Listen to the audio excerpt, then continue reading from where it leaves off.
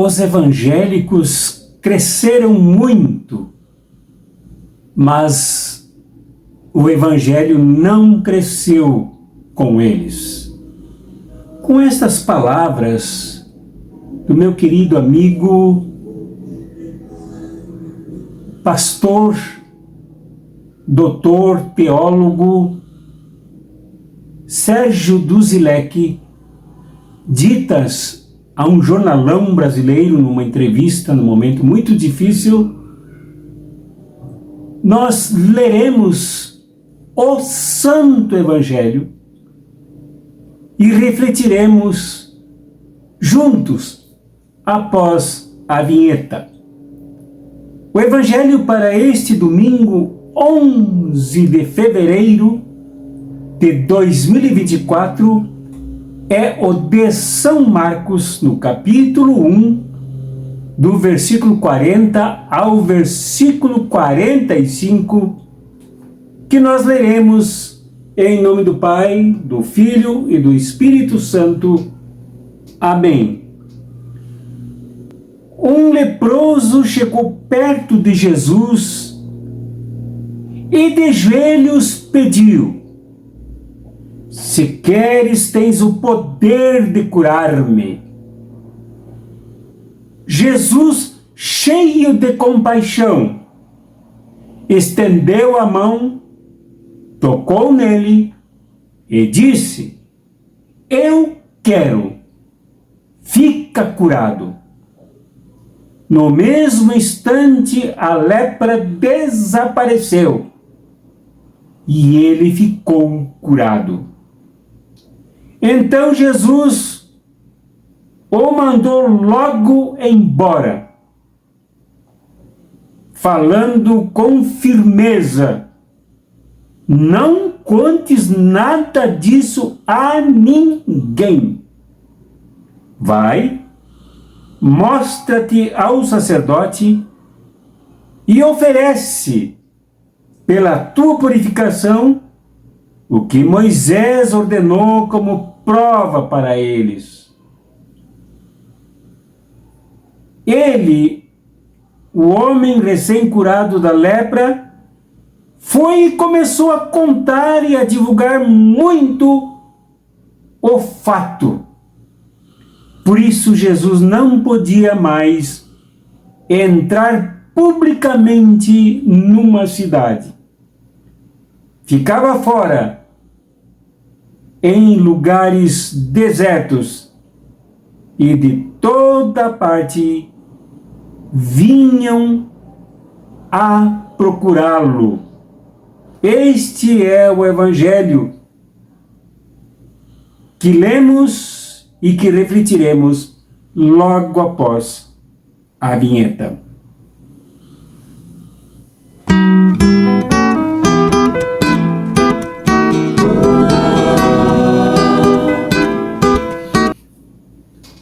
É verdade que a realidade do tempo de Jesus na Galileia, na Palestina, e por que não dizer no mundo inteiro, era ensopada, encharcada de demônios. A nossa realidade também é assim e pioradamente. Os demônios pulam, saltam, mandam e desmandam, principalmente em certas mentes, em certos discursos, em certas práticas. Mas o que são demônios? Os curandeiros que andam por aí fazendo fortunas, criando igrejas, até mesmo milicianos inventam igrejas para lavar dinheiro e ganhar ainda muito mais com o curandeirismo, com o milagrismo. Por aqui, nesses tempos do século XXI, já vindos do século XX, há muita gente que enriquece dizendo que faz curas e que expulsa demônios. Demônios que são seres poderosos, segundo os teatros, segundo os dramas feitos por esta gente. Eu já fui a igrejas ditas evangélicas que falam muito mais em demônio do que no Evangelho, do que em Jesus, do que na graça. Um amigo me convidou para ir a um lugar onde já fora uma grande loja no centro de Caxias do Sul. Eu vi o teatro. Depois eu fui ao banheiro masculino onde estava o tal endemoniado e escutei a sua conversa. Do quanto custou a encenação, o quanto ele ganhou por ser um ator fingindo ser demônio. Então o demônio é fonte de lucros, de ganhos, de fortunas. Mas a palavra demônio não quer dizer nada disso. A palavra demônio, vinda do grego daimonion, quer dizer muitos deuses, que dominam os indivíduos, dominam as pessoas, dominam o mundo, e agindo nas pessoas as dividem todas. Porque há um Deus para cada coisa. Os gregos criam em Deus do mar, Poseidon. Criam no Deus da guerra, criam no Deus da chuva, no Deus das árvores. Sócrates tinha o seu Deus e também tinha o seu daimon, seu demônio, o seu conjunto de deuses a quem ele auscultava e seguia. E esta realidade da Galileia é dominada por uma cultura que vem desde algum tempo, quando a região foi dominada pelo Império Helênico. Se cria em muitos deuses aqui, em muitas divindades que dominavam as pessoas e as faziam divididas internamente e brigando com o mundo. Isso é daimonion. Isso é demônio. O próprio Jesus foi acusado de ser dominado por Belzebu, o deus dos estercos, pelos fariseus, que o condenaram, que o julgaram como dominado por esta divindade. Naquela região, onde haviam também os semitas, os hebreus que vieram do Êxodo, havia muitos deuses. Lá nos 10 mandamentos que surgiram no confronto com um ídolo de ouro adorado por aqueles que vinham do Êxodo, que vinham da escravatura no Egito. Então havia uma cultura de muitas divindades que dividiam as pessoas e as colocavam em guerra, as adoeciam, as endemoniavam. E agora Jesus se aproxima, dizendo que o reino de Deus está próximo. Este reino que ele representa, este reino que ele instala, este reino que ele encarna, que ele realiza. Com Deus único, que cura, que une, que salva a humanidade. E aqui, ao se deparar com as pessoas todas divididas em tantas crenças, sob tantas pregações, sob o maior e mais vândalo dos deuses, que era Kaiser, o deus César, que distribuía guerras sangrentas e matanças por todos os lados. Então era preciso alguém intervir nesta realidade para salvar um povo jogado daqui para lá e de lá para cá. E nesse contexto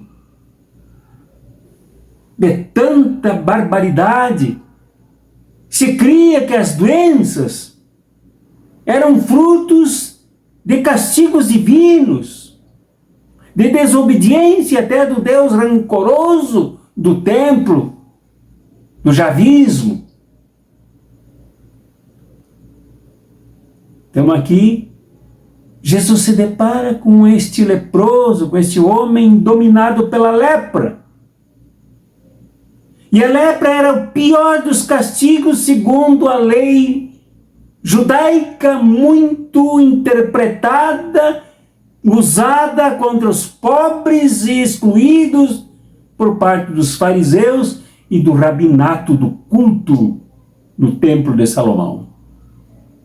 E do que ocorria também nas sinagogas.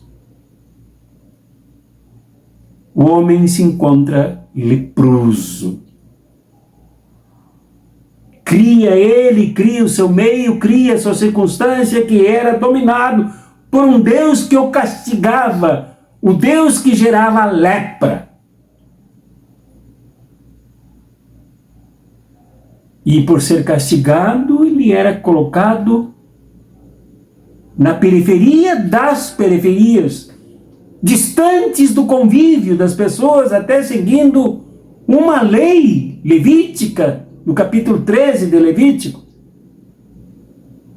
que ordenava que as pessoas tinham que pendurar uma placa em si, avisando que eram leprosas, e tinham que gritar em voz alta e em bom som: eu sou leproso, eu sou impuro, eu sou impuro, eu sou impuro. E se os outros tentassem, se parentes, se amigos tentassem se aproximar, a ordem era para que os próprios leprosos as apedrejassem. Então, esta demonicidade se transformava não somente em exclusão, mas em ódio nas próprias pessoas, excluídas, sofridas, doentes, atingidas pela lepra, que é um horror naquela época, pior do que hoje.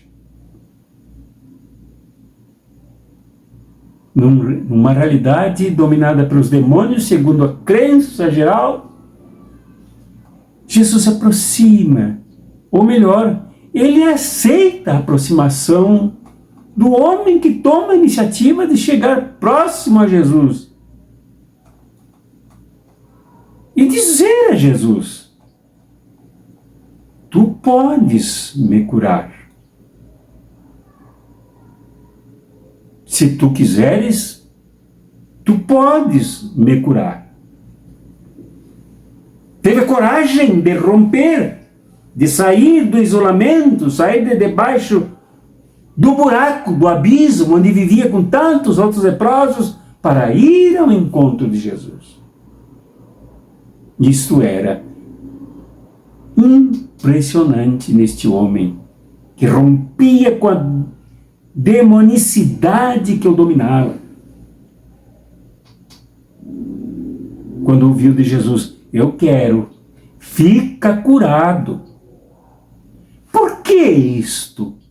Porque Jesus, no confronto com esse ambiente ensopado de demonicidade, de deuses do mal, segundo a crença dominante, de deuses manipuladores, de deuses aproveitadores,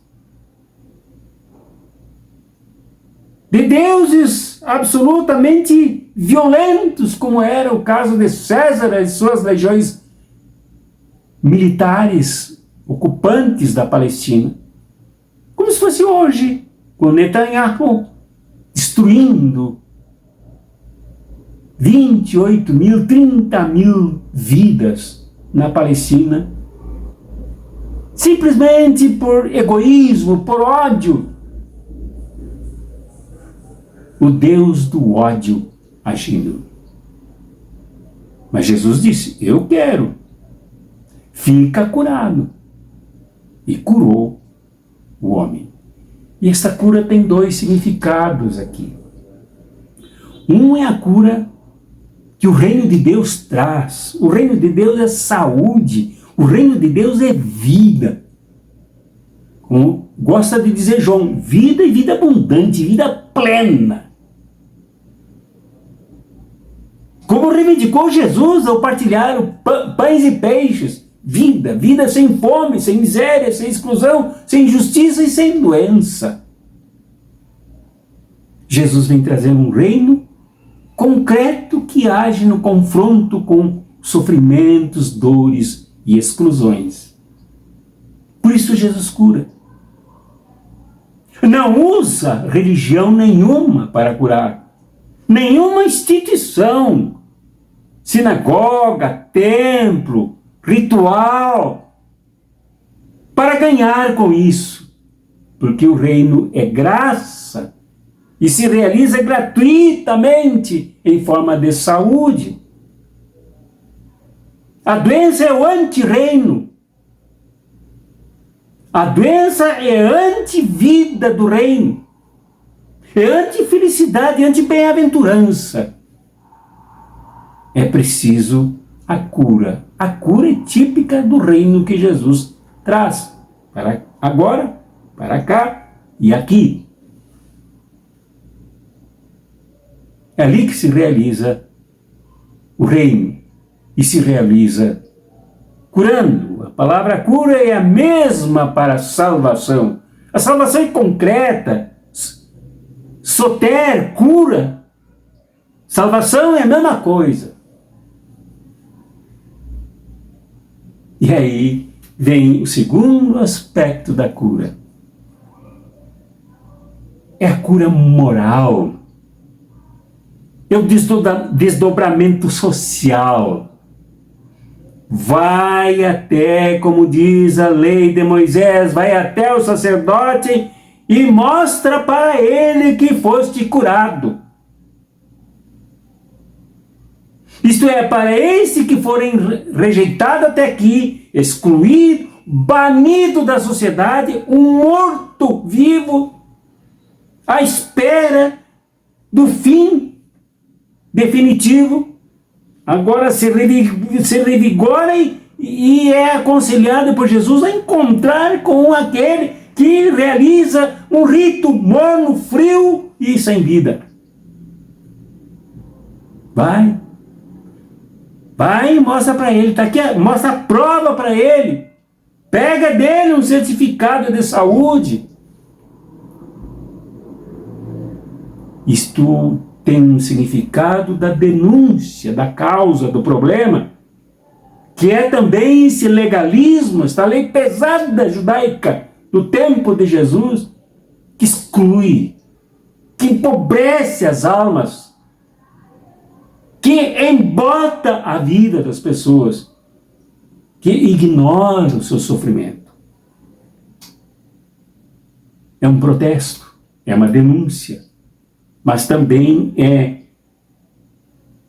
uma proposta para que o homem se levante e saia do isolamento, saia da segregação, rompa com os grilhões que o fazem escravo da doença e da morte.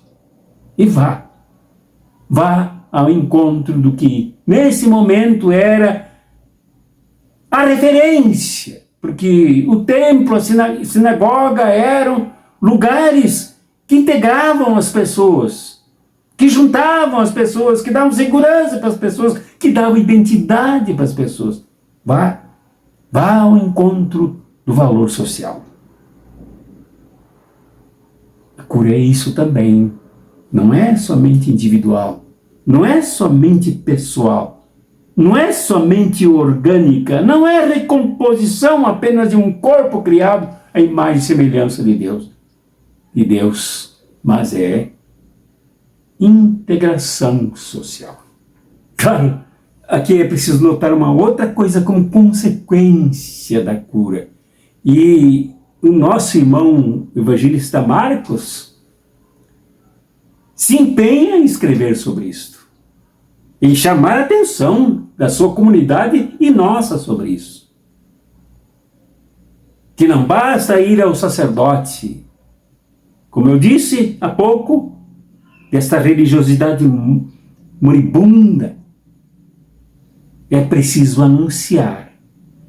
Quem se cura, ainda mais de modo integral, como é o caso deste homem, anuncia.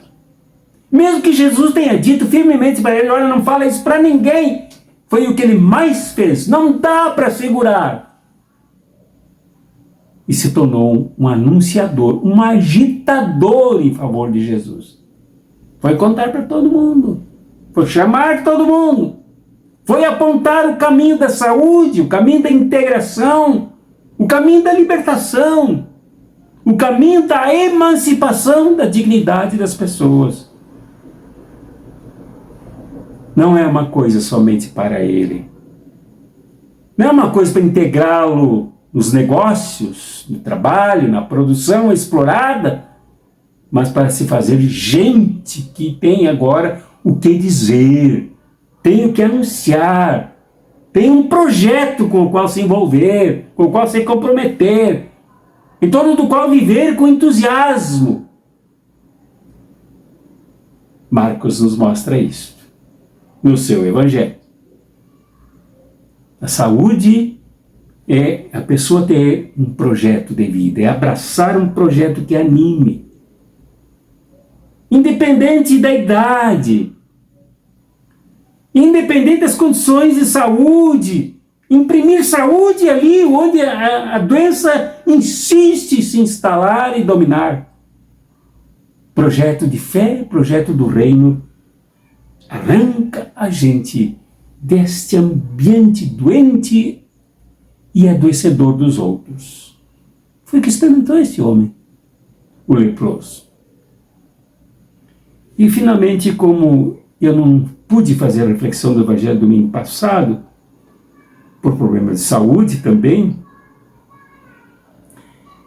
eu quero fazer uma referência a um trecho do Evangelho do domingo passado, que é a cura da sogra de Pedro.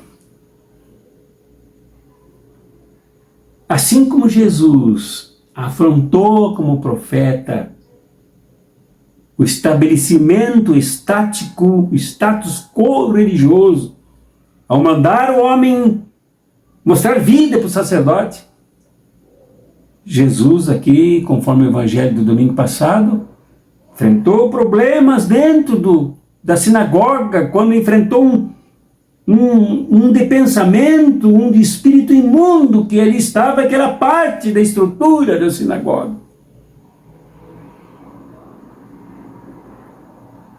E depois, isso no sábado, quando nada se podia fazer pelos outros, Jesus fez. Libertou o homem.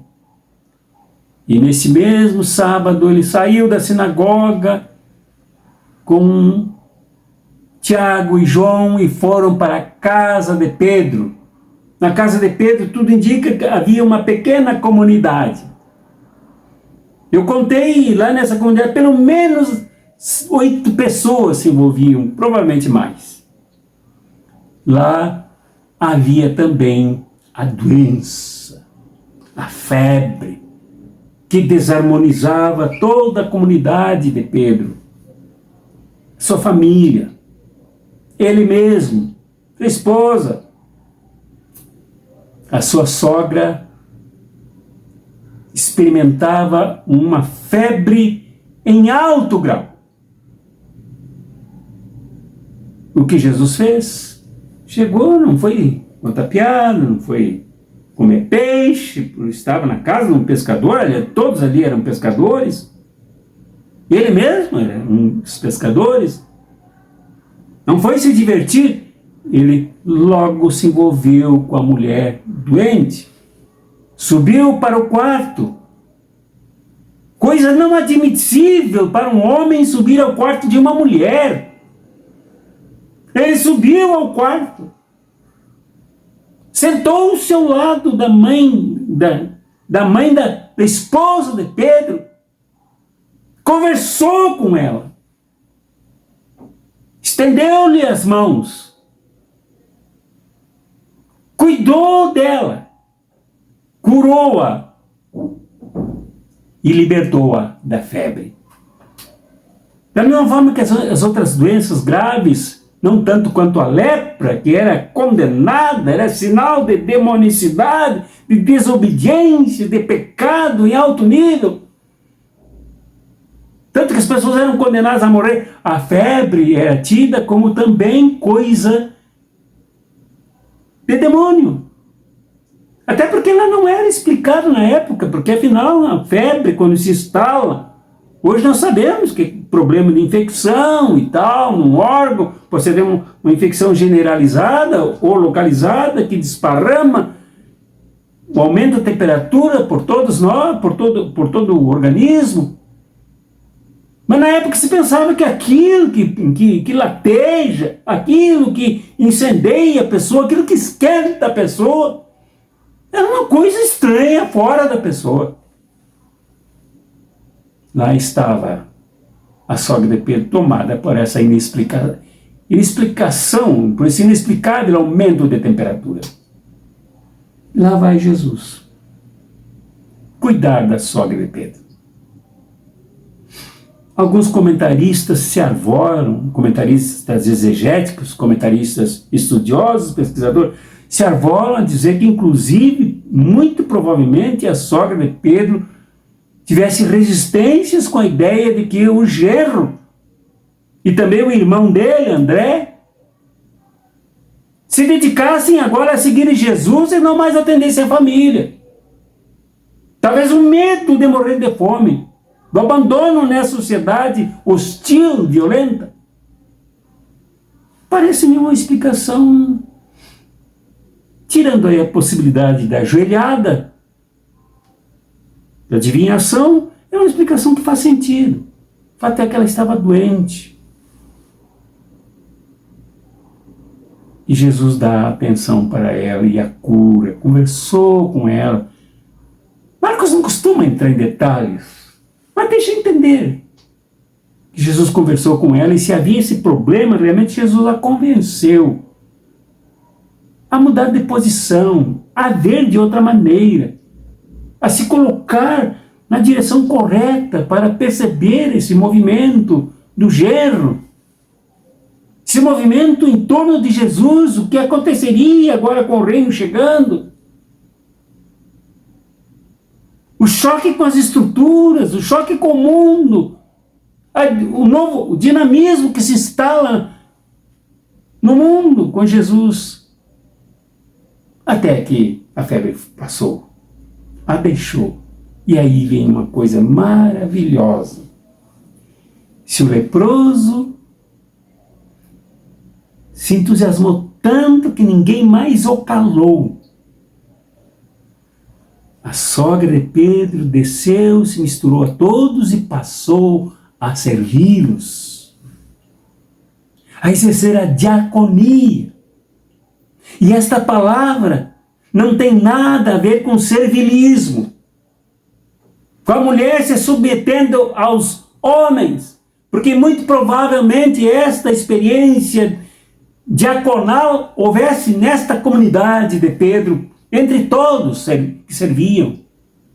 E ela se levantou, se ergueu, saiu da febre para fazer a diaconia, servir às mesas, ajudar na cozinha, saciar da fome. Porque servir é uma das maiores vocações da fé, uma das maiores vocações do discipulado, das vidas dos que seguem Jesus. Quem segue Jesus é chamado a servir. Quem se sente atingido pela soter, pela salvação, pela libertação que cura, é chamado a servir. E não a ser inútil consumidor de religião, mas ativo, combativo, militante no reino de Jesus, aqui e agora, onde nós nos envolvemos. Para concluir, um detalhe lá, voltando ao leproso, a impressionante experiência com o leproso. um comentário de Marcos sobre o que Jesus sentiu. Diz que Jesus, tomado por total compaixão, e essa tradução não é boa. Outras traduções que traduzem corretamente do grego, língua original em que foi escrito este evangelho, e os outros também, se refere a misericórdia. E a palavra grega para misericórdia é a mesma para a indignação. Na verdade, esses dois sentidos servem aqui. Se prestam para entendermos o que ocorreu na relação entre Jesus, que tudo parou nesse mundo para atender esse homem. A indignação contra a sua situação. A indignação contra a causa dessa situação. A indignação contra a exclusão que vivia este homem. A indignação com o abandono a que fora solto este homem. A indignação com a dor, o sofrimento imenso desse homem. Mas a misericórdia de quem não só se indigna, de quem não só discursa, de quem não só fala dos dramas e situações dramáticas do ser humano, mas que é capaz de agir. A misericórdia tomou conta de Jesus, e misericórdia quer dizer sentir as dores dos outros como se fossem suas. Padecer com os outros, compadecer-se dos outros, sentindo praticamente as mesmas dores. E lutar contra elas. Nós precisamos hoje, mais e mais, no mundo violento, no mundo de genocídios, como nos mostra o que Israel faz com o povo palestino, no mundo de barbárie como o que nós acabamos de passar aqui no Brasil e ainda sentimos os resultados. Agora, com as descobertas, com as investigações, com prisões, com o imperialismo despejando bombas e distribuindo legiões militares pelo mundo, na matança de pessoas frágeis e indefesas. Nós temos que entender que esta demonicidade é inaceitável, porque ela divide, ela destrói, ela mata. É preciso nos indignarmos como Jesus se indignou. Mas é preciso que tenhamos a mesma misericórdia de Jesus. Os discípulos de Jesus não podem sentir diferentemente do Mestre. Somos chamados a sermos misericordiosos, profundamente misericordiosos, ativos misericordiosos, combativos misericordiosos. E não nos intimidarmos em tomar das mãos das pessoas, de olharmos nos olhos das pessoas, de recolhermos as pessoas, de lutarmos por uma nova sociedade onde não haja mais esse tipo de abandono, nenhum outro abandono. Exclusão, massacre e marginalização do próximo. É isto que propõe o reino de Jesus. E é isto que nos faz pensar Marcos ao testemunhar estas duas ações de Jesus na Galileia, na Palestina. Que isso nos comova, meu irmão, minha irmã. Que isto nos provoque. Que isto nos mexa. Que isto nos desinstale. Que isto nos conclame a tomarmos uma nova posição. Já vimos e vemos todos os dias que não basta ser igreja. Não basta ser igreja que usa as doenças, os sofrimentos dos outros para acumular riquezas para os seus donos. Temos que seguir Jesus do reino, aqui e agora, na luta pela mudança desse estado de coisas em favor das pessoas excluídas e sofridas. Que a misericórdia de Jesus, meu irmão, minha irmã, seja sobre ti, seja sobre mim. Que o amor de Deus, que é Pai e Mãe, seja de tal monta forte em ti,